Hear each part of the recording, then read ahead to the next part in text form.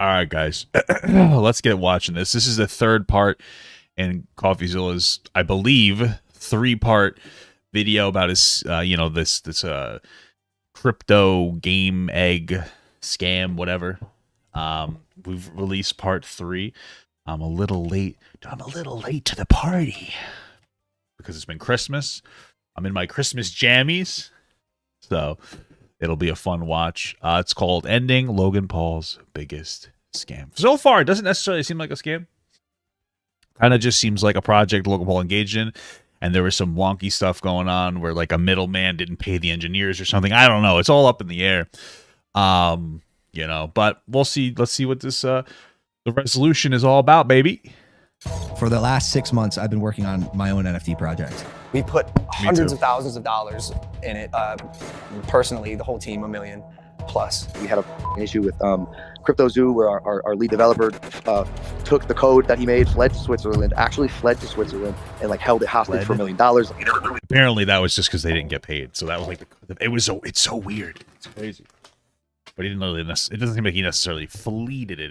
It seems more like, he never got his bag, baby. He never paid me anything at all, ever. Eddie promised me, 5% of the tokens and $1 million. He never paid me. This reporter says Eddie's entire story is fake. Leo. The biggest reason to fail, in my opinion. Doug, I'm not the bad guy here. Yeah. There's some actual out there. I'm the bad guy. Billie Eilish. Beautiful.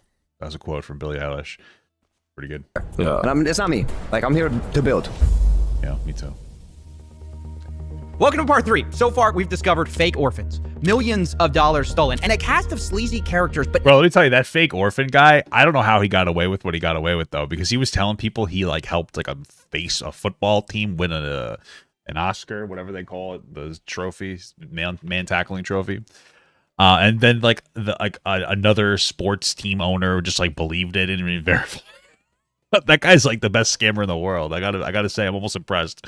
Don't scam, but it's impressive. now, it's time to put it all together. What is the truth? And who's to blame?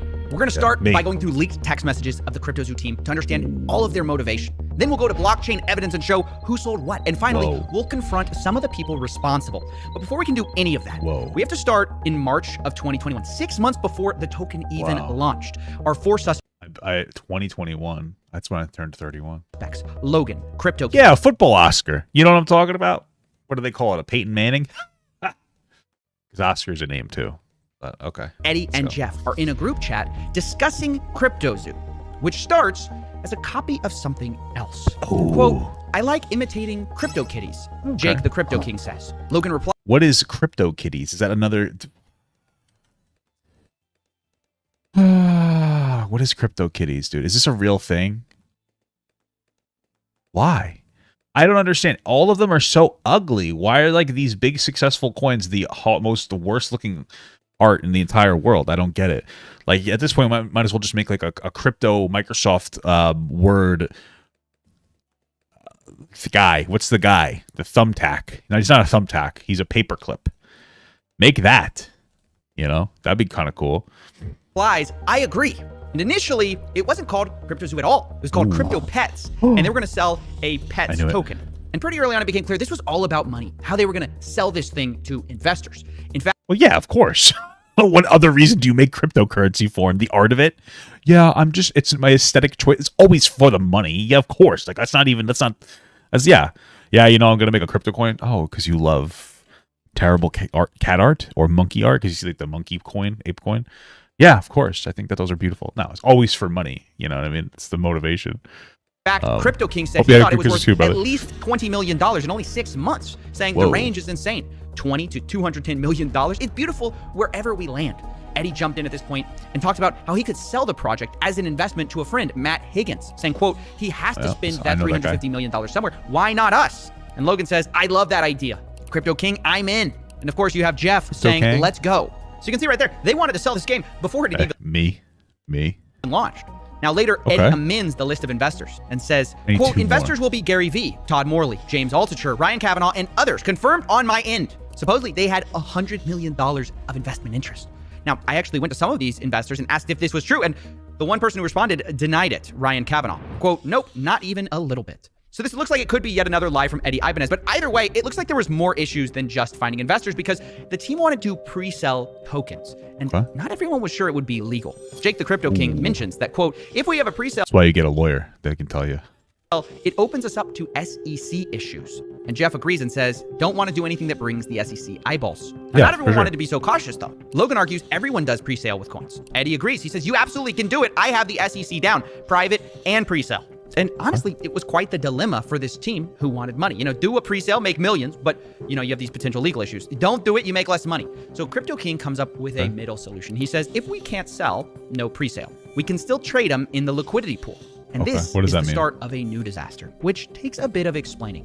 Now, just so we're clear, a pre-sale is where you sell investors coins, usually at a discount, before you've launched. And then when you launch, you give them those coins. Now, like I said, the team didn't want to do that. So what they did instead was they bought the tokens on the open market right after launch. But they tried to get clever with it because they didn't actually announce that they were launching this coin at all. They stealth launched it on June 11th and didn't announce this token through Logan until August 18th. Meaning they had all that time to silently... I know exactly what's happening. What does any of this really mean, though? You know what I mean? Buy up as much of the supply at a steep discount as they wanted. And the idea here was that doing this, the team could get these tokens extremely cheaply, which is kind of like a pre-sale, but, you know, without all the SEC troubles. And Crypto King makes this clear on June 7th when he says, quote, launch of the liquidity pool is where huge money will be made because you get in cheaper. And then says, we, the team, begin buying out the liquidity pool. Once the team has exhausted funds for the liquidity pool buying, we send the contract address to friends, family, investors who want to be able to get in. So obviously the plan is we buy first, then we give it to our close friends and family, and then maybe the public eventually, right? And even the day before, Crypto King reminds everyone, quote, Zoo Day is tomorrow. I highly recommend everyone get a few $100 to a few $1,000s in Zoo when it goes live. It will likely tend to... Seems perfectly normal. 1,000x. So that was their plan. Rather than doing a pre-sale, they were going to... Although it seems like, I don't know, kind of shitty to like, yeah, let me sell my friends and family on it. That part always seems like a little scummy, dude. Especially if it could... I don't know. I'm always like apprehensive about these shit coins, you know? But, you know, I don't know. Imagine, like, asking your friends and family for money, and then it just doesn't go very well. That part seems bizarre to me. I guess it's kind of normal if you actually believe in the coin, but I don't know, guys. You know, it's kind of bizarre. Do this stealth launch and hopefully get tokens cheaply the same way, but without all the legal troubles. Or at least that was the plan. Because on stealth launch day, this is where things first started to go wrong for the team. At first, everything seemed to go normal. The team sat in a circle and literally bought it out as planned. But the next day, Crypto King says something odd. Quote, a bot is playing with our token. Kind of cool to watch them work. But he doesn't mention who this bot is. And he also says the asshole... According to Sneeko, I'm that bot. So funny. Finished selling, but doesn't mention who that is. Now, Jeff, Logan's manager, replies upset. He says, how do we prevent someone doing what they just did again? We went from a $130 million to $26 million market cap in 2 hours. It's not cool to watch. Logan jumps in. Yeah, wait, how did that happen? And he also says, what asshole? How did anyone get this token except for us and none of us sold? And I think actually this is incredibly suspicious because the implication of what Logan's saying is, hey, we tried to scheme this really well. We tried to all buy this without letting anyone know. How did they? Well, that doesn't really imply malicious intent to me. That just implies that it's really bizarre that they hadn't released it yet and somebody still found a way to buy it. I wouldn't assign malicious intent to that. That seems perfectly normal. You know, it is a little weird, no? How did anyone else figure out we were buying it, right? And this is where a fight ensues. That's going to become really interesting. Crypto King deflects the question by saying, my buyer pushed it back up to $40 million. And Logan says, no, bro, F your buyer. Explain to me what just happened and how there were 30 token holders. And Jake tries to explain that this was just traders and bots happening to find the token. But Logan says, only 5 of us knew about it. Jake says, well, many people chase volume and new tokens. And to some extent, he's kind of right. But Logan replies, cap. He doesn't believe him. Quote, I can't be the only one who thinks that's too incredibly convenient. Like someone was tipped off. And look, no one's more critical of Logan than me. But as I'm reading these texts, I was kind of like agreeing. Like, yeah, it does seem too nonchalant when somebody's ruining your secret plot. You know what I mean? Because Crypto King was acting very strange. I don't know why it's a plot. Why are we talking about it a plot? This sounds like a typical transaction, no? It doesn't seem okay. All right. He says, we created $40 million out of thin air. This is a success. Logan replies, this nonchalance worries me. F $40 million. It was at $120 million, which again, it's all about the money with these guys. But truth be told, I did agree that Crypto King's attitude seems strange in these texts. I mean, he's not wrong that bots are a thing. Traders are a thing. But it sounded like he didn't want anyone to look into it. So naturally, I looked into it. Yeah. And what I found surprised me, because there were bots, but there's also unusual human activity during this time. So I tracked the 5 biggest buyers of this Zoo coin. And lo and behold, this is what I found. Logan was one of the biggest buyers, which is what you'd expect, but he wasn't the biggest. In fact, 2 of the biggest wallets seem to be associated with Crypto King himself. And here's where I paused. I said, wait a second. Why did this guy buy more Zoo tokens than Logan when this is mostly Logan's project? I thought Crypto King was a small part of this team. And so to get more info on this, I actually got access to an internal meeting note from the day of June 11th, which they called Zoo Day. And in it, we find actually some interesting information. We see that 5 founders bought in. They apparently were, quote, trading in circles until each person maxed out. But on the list of buyers and how much they spent are only 4 people, when we know 5 people bought. We have Danny, Logan's assistant, for 20K, Logan Paul for 100K, Jeff at 100K, and Eddie at 100K, but Crypto King is nowhere to be found. And yet, on the blockchain, I have him putting in $200,000 worth. And this number, by the way, seemingly is confirmed in a conversation I had with Crypto King, where he said, my 200K investment. And the reason this is important is because it does imply that something shady was going on the day of the stealth launch. Because Crypto King had a relatively small... I mean, what was the shady thing that he opened it up to more people for more money? Probably, yeah. I guess that's pretty shady. Small role in this whole project. He was the advisor, but it wasn't that big of a deal. Like you can see from the internal meeting notes, they have a breakdown of who's getting what in terms of founder tokens. And like Logan Paul's getting 51%, Eddie's getting 30%, Jeff's getting 10%. Jake's only getting 5% of tokens, but he has the most of these like stealth launch tokens, which it makes no sense. And it got me thinking that maybe what explains this suspicious behavior around like, oh, don't worry about who was buying at the time of the launch. Maybe that's explained because perhaps no one knew that he was buying up large parts of the token supply. Maybe he was buying it to sell later. Now, of course, that's speculation. So that's why I confronted Crypto King on all of this. But before we get to that call, let's address the elephant in the room. Logan didn't accuse Crypto King of being a scam. It was the other way around. Crypto King told Logan Paul he was a scammer. And the question is why? Well, to answer... Well, probably because he seemingly scammed people in the past. Maybe it's just a deflection, because didn't he do Dink Doink coin? And so maybe this guy is a scammer in some capacity, and then he's just like fucking deflecting back to Logan Paul, I guess. I don't know. So that we have to go from June, the stealth launch date, to September 1st, the official launch date of CryptoZoo. September 1st, CryptoZoo.co. Now, the day of the launch was a bit strange because you might think, well, they already have a token, right? But the first thing they did was actually create a new Zoo token with a different code, but the same name. And they actually airdropped all the holders of the first Zoo token with an identical amount of those coins on the second Zoo token. So you might be wondering, why did they do that? Well, maybe it's... What the fuck does that mean, bro? What is happening here? This is so beyond me. Different code, but the same name. Okay. And they actually airdropped all the holders of the first Zoo token with an identical amount of those coins on the second Zoo token. So you might be wondering, why did they do that? Well, maybe it's to change the smart contract, but maybe it's because of what they did do. They blacklisted some of the holders. In other words, they didn't airdrop to everyone, including Jake, the Crypto King. They excluded his wallets so it couldn't get these Zoo coins. Jake texted the group about this the next day. Jake is not Jake Paul? Okay, I don't know. Okay, sorry. There's so many fucking people. Saying, quote, the Zoo team made a major error this weekend. They chose not to communicate, mint a new token, and airdrop it to whatever wallets they determined fit. This decision came from Eddie and Logan, and I had no part in it. 11,250 wallets before the airdrop, under 11,000 after. They chose to blacklist and ban over 200 wallets. Okay, why would they do that? Are there people that... It sounds like maybe they wanted specific people to get first dibs. Okay. I guess that's just nepotism for you. Now, who those wallets are, I have no idea. But he continues, quote, as a founder like Logan, Jeff, Eddie, and Danny, I had purchased a large quantity of tokens. 5+ of my wallets had been blacklisted from the original team's buys. Now, I don't know why he had 5+ wallets there, but okay. He says 80+ billion Zoo tokens. I have a couple wallets. I got my World of Warcraft wallet, but I also have my Hero one, which is a little girly. So that's why I have more than one wallet. It's pretty normal. CoffeeZilla to have multiple wallets, you weirdo. Were confiscated from me today without any communication. So, wow. That's why Crypto King accused Logan of stealing from him or scamming. It's because he was frozen out of a lot of his wallets. Then we get to the text you guys all know. He says, Logan, you stole $40 million. You're a scammer. You're a con artist, all that stuff. You betrayed your community. Well, it sounds to me like he got, it doesn't really sound like he got scammed out of anything. It sounds like this guy was not on the premier list for whatever reason. I don't know why they wouldn't put him on there. You know, I'm not a crypto nerd. Because they wanted to maybe give it to family or something first before putting it out to the market or something in some capacity. And then after he found out, he felt like he was robbed in some, which he probably really wasn't. So he was like, you're a scammer, because, you know, Logan doesn't have exactly the best past with cryptocurrency, that Dink Doink coin. So The reality is you aren't that guy. And Logan responds, oh, Jake, trust me, bro. I am that guy. Q, in the arms of an angel. And look, I mean, what do we... Did he really say that? Did he really say in the arms of an angel? Wow, pretty... Logan is pretty base, bro. Holy fuck. Make of this? Well, actually, I don't know. I can't root for either of these guys. Because it sounds like Logan stabbed him in the back, but it sounds like Crypto King may have stabbed him in the back in the first place, right?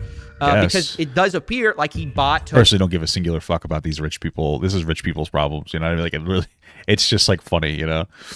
It's like watching an episode of The Horse Girl. What is that? Sex in the City.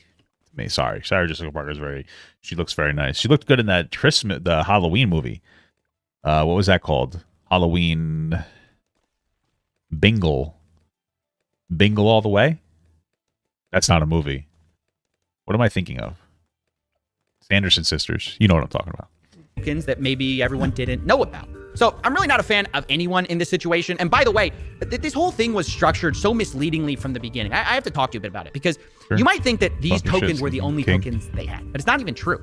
In the distribution section of Zoo's white paper, they say there's 2 trillion tokens and a quarter of that are allocated to development, marketing, and founders. Those aren't even the tokens we're talking about right now because they claim that those tokens were locked up for 6 months.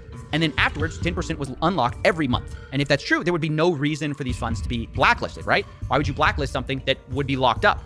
And the answer is because, well, the founders had more than one set of tokens. Not only did they supposedly have these founder tokens that were locked up and couldn't be sold, these stealth launch tokens were different from that. It's like a whole different thing.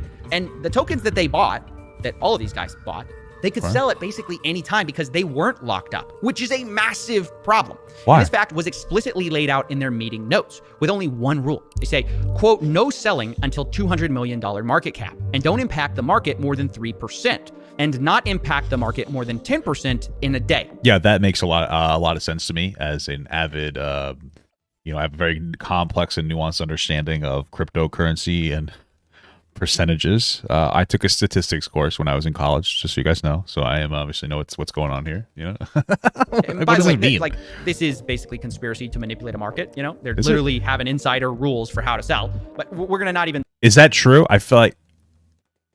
Is that true? I guess I wouldn't know. Okay. We're gonna look past that, right? Because I guess it just sounds like they don't want to sell too much too fast. Does that sound like is that illegal? That doesn't seem illegal. Maybe it is, and I'm just beyond me. Because these rules eventually kind of changed. A text from Logan's manager, Jeff Levin, came to the group chat, Zoo Founders, saying, guys, new and absolute rules. No one is to sell or transfer any Zoo. Logan's going to make the call when we can make moves. This is Econ 101. I should have taken that class. Sorry, brother. And Logan replies, your token... Sorry.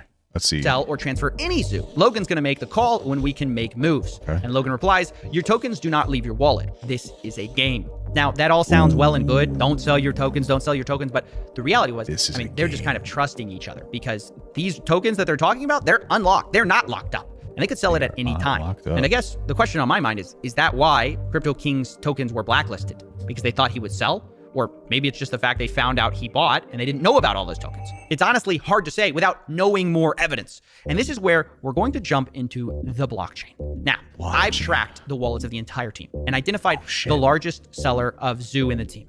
And it wasn't Jeff. It wasn't Danny. It wasn't even Logan. It was Crypto King. Crypto King sold... Uh-oh, it looks like Andrew Tate looking guy on a Backstreet Boys CD. He's the true culprit. He's the true crumpet, guys. I knew it. By my calculations, millions of dollars. I knew it. And I know what you're thinking. How's that possible, right? I thought his tokens were blacklisted the day of the official launch. How could he sell that much? Well, the answer is that... Because he caught wind and he did it anyway because he's a genius. He's a mastermind. The guy's a fucking mastermind, dude. He's a fucking genius. Not all of his tokens were blacklisted. He had even more tokens behind the scenes. Okay. And what's worse, the CryptoZoo team actually gave him back a lot of his blacklisted tokens, which I guess you can see as a good thing or a bad thing because he then turned around and sold those tokens, right? And from my blockchain analysis across his blacklisted tokens he got back and the tokens that he had squirreled away the whole time, he ended up making $6 million. Damn! He did this by sending out tokens from these larger wallets to dozens of smaller wallets, selling it, and then sending the money to final cash out wallets. Wow. So use those final wallets to calculate the amount he made. Now, I know, look, it's a lot to accuse someone of selling $6 million in a project that doesn't even work. It's a giant scam. So I wanted to give him a chance to defend himself. Okay. So I got on a call with guy. Crypto King. And here's what he said when I finally revealed that I knew he had sold. I'm pretty sure Crypto King is on some kind of crypto steroids, guys. It's a little crazy to not understand that. He doesn't look particularly natty, all right? Story. Yeah, I'll go on the record for you, and yes, I'm going to show you the text message that say we can sell at these ascending market caps, and literally, I'm 100%. It sounds like your biggest issue with me is that I sold, and if that's your biggest issue with me, that's the truth. Wow, that is a big admission. Selling tokens for a project that you're an advisor on when the project has never been delivered. Although Crypto King insists that it wasn't $6 million and he wasn't trying to rug a project. In fact, really, he might be the one who got screwed over in all of this. Like, I didn't sell $6 million worth. That's going to be other wallets, but that's probably not going to be able to be me being able to be proven, except for them saying, can you send BNB to all these different wallets for me? Which that I'll be able to show you that I was giving BNB to the whole team. I will also be able to show you that I was a 5% holder of the Zoo tokens that I was promised to be given over the 3-month period, was never given. I can also show you that I was frozen out and was never given the 15 billion tokens back that I paid for in cash. So Okay. I'll show you all of those things on the record, and then you can also say that I did sell, which is also true. Yep. Well, as long as it's accompanied with he was a founder that was supposed to be given 5% of the project and was never given a token or paid, worked for almost a year on the project. As long as that goes in with it, then at least that tells my side of the story, so people understand that it's not like I was trying to run a project. It's like I put $250,000 into a project plus 6 months of time, and the founder never did anything he said he was going to do, and then hired a bunch of devs that didn't do what they were going to do. And every time I gave advice, the advice was I was told to fuck off. So damn, it can be that story, or it can be he sold all this amount and he got in early. Well, yeah, that's like 1% of it though. Incredible.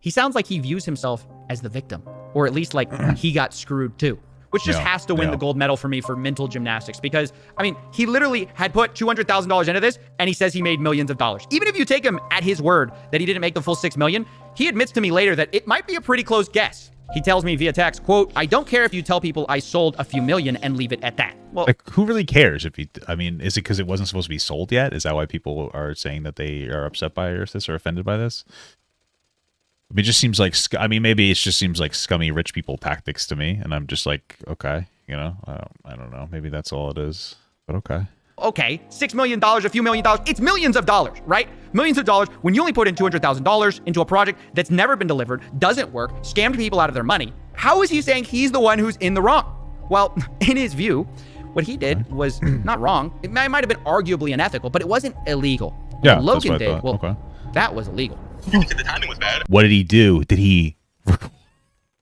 record a dead person in the forest? Because that should be illegal, right? I mean, it's a little sussy, but okay. Hey, good morning. Merry Christmas, Linda. How you doing? And it was inappropriate to sell, but the reality is I bought tokens open market and sold them open market. So there was nothing illegal about that. Ethically, arguable. The rest that Logan did to me was ethically wrong and illegal. Now, what do I think of all this finger pointing? Well, I think it's pretty wild to try to make yourself look like the lesser of two evils when you made millions of dollars and investors lost millions. I just do. Now, at the same time, I want to be fair to Crypto King. He's not. Yeah, but I mean, the people lost the millions not because that guy made millions, though, right? It's because it never they never like released the project, and that was because there was some kind of internal lockup, right? So this guy did something, I guess you'd say immoral, maybe, by selling before he was supposed to have access. But the project didn't go under because of like a scam or an idea of trying to rob people of money. It seemed to have gone under because they never finalized it, because there was some issue with like somewhere in the pipeline where somebody didn't get paid and somebody did it. It sounds like a bunch of like frat boy losers engaged in a coin to try to make money because it's a business, and then they got butthurt when something didn't go right, and so instead of just doing the right thing and completing the project and just being pissed off at fucking, I guess, Crypto King, because it seems like people are pissed off at him or something, they decided to baby face it out and go, well, I'm not going to release the project now, blah blah blah blah blah, some kind of like loser shit.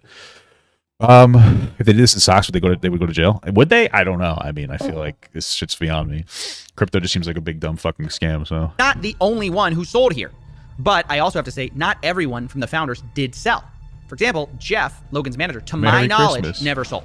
Neither did Logan Paul, which was a huge surprise. All their wallets that I tracked, held onto their tokens, which is good. And yeah, it shows to me that they were never meant to be a scam in the first place. So to their credit for a game that doesn't work. But you know who did sell? Eddie Ibanez. The guy who didn't pay the initial devs, the supposed MIT orphan. Eddie from what Ibanez. I can see, his initial wallet got a ton of Zoo, sent it to a bunch of smaller wallets, and then sold off, kind of like Crypto King. And for my calculations, he made about $1.7 million. Now, I have to tell you that like Jake, I tried to confront him and give him the opportunity to defend himself, but he never replied to my emails or my phone calls, and we're just going to have to leave it there. But it's funny that this guy like lied about his entire life and he just doesn't respond and he's fine. Oh man, this is not a good guy, but it is so funny. He's not a good guy. He's the best guy in the entire world. Fucking based. We're not done with the money just yet, because we still need to talk about the eggs. Remember, we talked about how they profited from ZooCoin, but they also made millions from eggs. According to their own internal meeting notes, they plan to make about $3 million selling these eggs for 0.1 ETH a piece. And that's not far from what I calculated they actually did make, which was about $2.5 million. In the meeting notes, they say they're going to clear expenses and then do payouts. But pay out who? They don't say. And these expenses are referencing an earlier note suggesting Eddie and Logan had both spent $300,000 each, which I'll say is not $1 million. But okay, we'll give it to them. Are you serious? Not $1 million?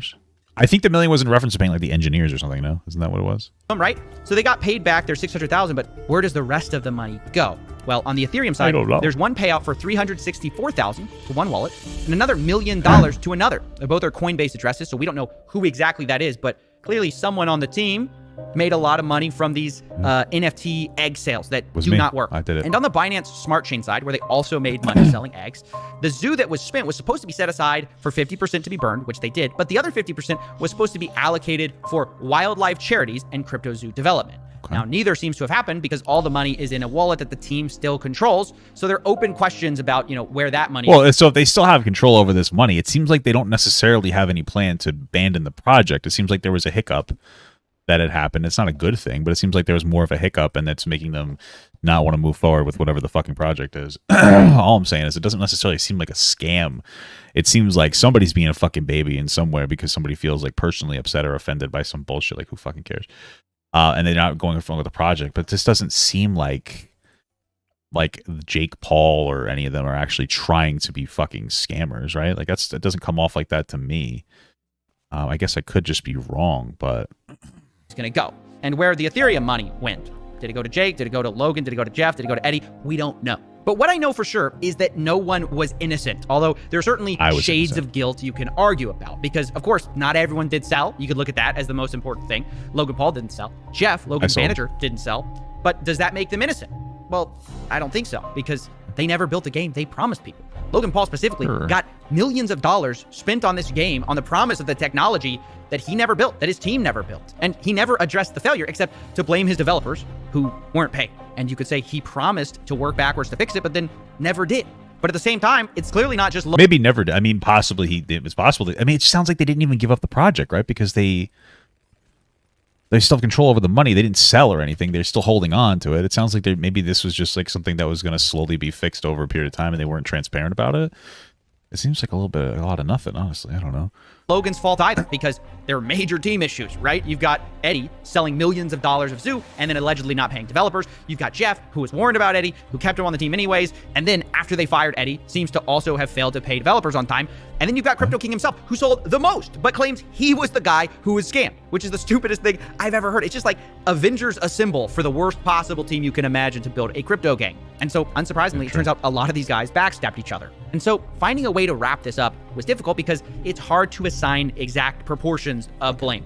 Because if you focus on any one person, you kind of miss why this project failed.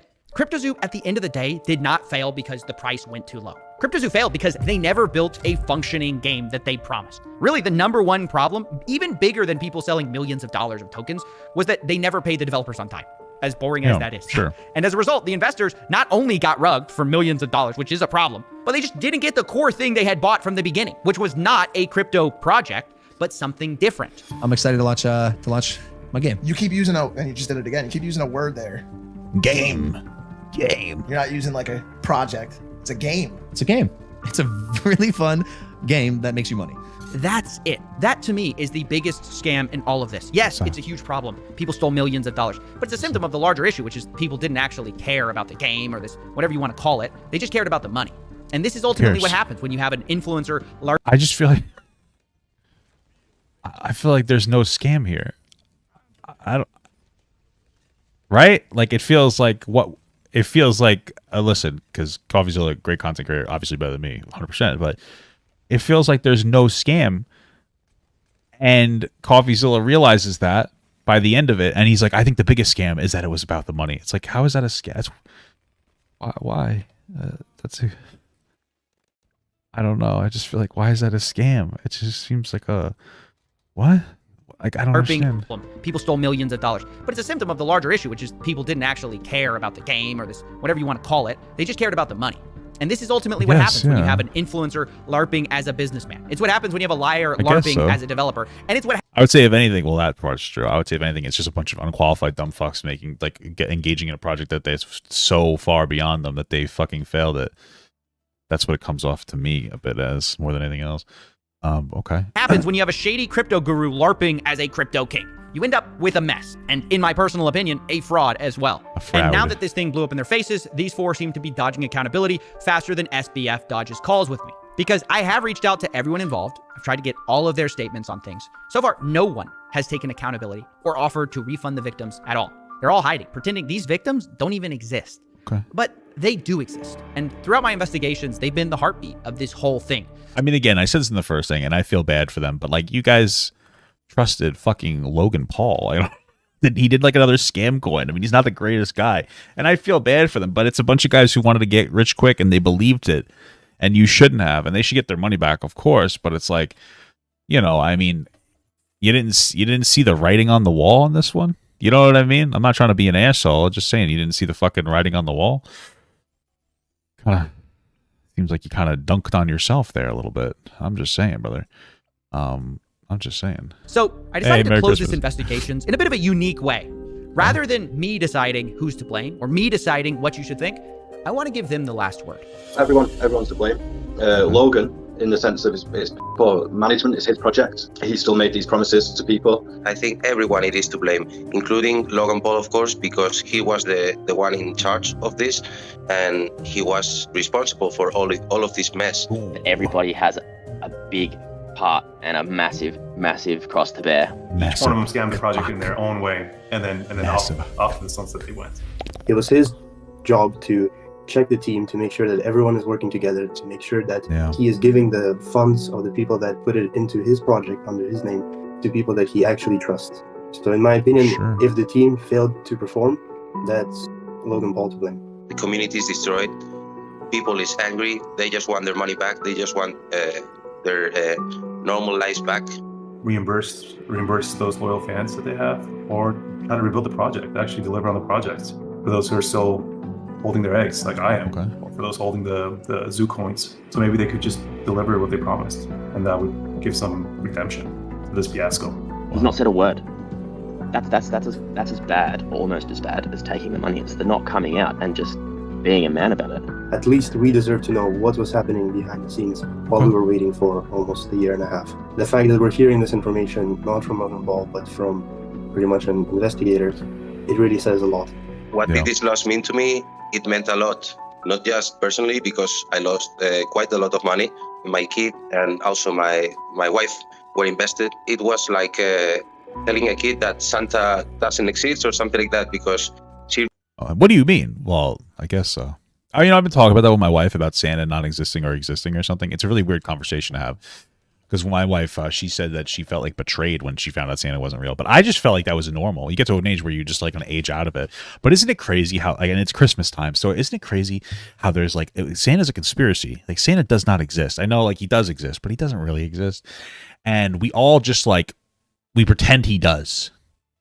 We just pretend that Santa exists. And it's just like this unspoken rule.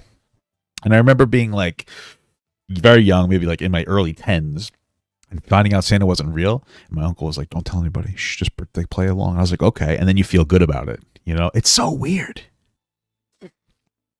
If we have kids, are we going to tell them they exist? Yeah, when we have kids, we're going to tell them that Santa exists. We're going to do it. We're going to do a thing though where we're going to get the kids like 1 or 2 gifts from Santa, but the rest are going to be from us. So that, you know what I mean? But I remember getting gifts from like my mom and stuff. And like, I don't know, like I always thanked my mom, even though they're from Santa. You know what I mean? Isn't that weird? It's just so weird. Everybody's like a weird relationship with Santa Claus. It's so fucking bizarre. It's so bizarre, dude. I don't know. It's so fucking weird. really believe in all that game. She really believes in Logan Paul. Kids look up to that kind of people. So it was some kind of broken dream. My mum was invested. My sister was also invested. So, I mean, my daughter even had a couple of the eggs and animals, which the loss for them hurts the most because obviously it's just not nice to see. For somebody to win, somebody has to lose. That's a gamble you take whether you get into crypto or not. I got in knowing that I could lose, which is fine. That's on me.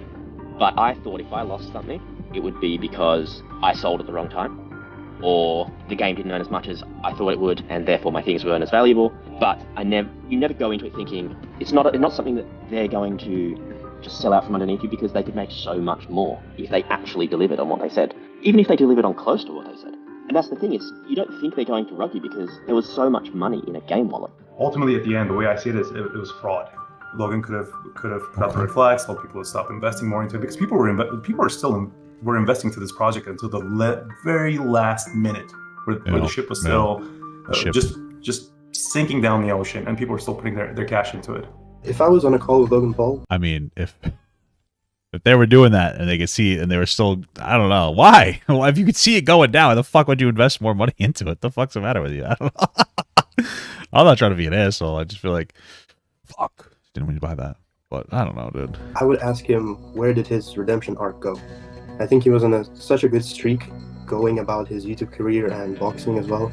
And it's sad to see that because of money, once again, we have degraded down to stealing from his viewers. What would I say to Logan Paul and his team if I could? Well, actually, I could, because I have an NFT from other project that gives me the right to see Logan Paul, to meet and greet with him.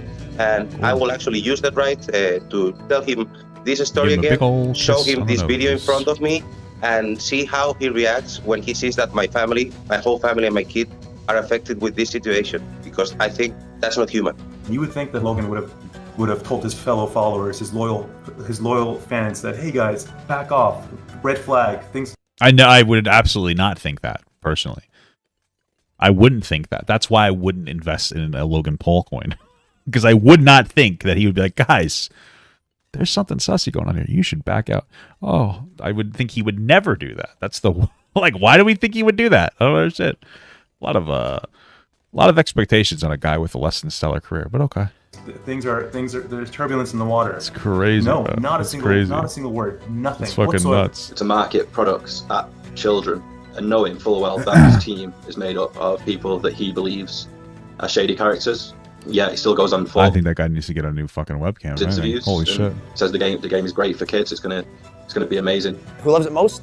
The kids. Their kids love it. Our developers' kids, all of them, cannot stop playing the game. I think that is inhumane. It's crazy that the kids are able to play. How this game doesn't seem particularly engaging. I don't really understand. But okay. It's just like fucking eggs. It seems like a mobile game. Why is everybody acting like this game is fucking incredible? That side of it's been marketed. Knowing what's happened since, knowing that all of the people that were there from the beginning, like all of the guys that I'd speak to on a daily basis, that we've all just got nothing now. Ideally, I just want to say I'll see you in court. It's bad stuff, brothers. Okay.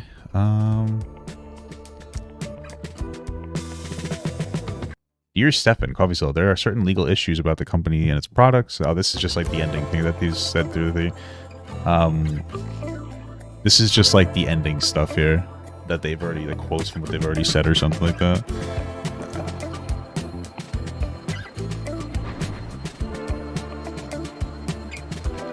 Alright, I think that's pretty much it. I might as well wait the other 10 seconds. Okay, thanks for the CryptoZoo patrons. All right, man. I mean, good series. Listen, it sounds like some people got screwed over.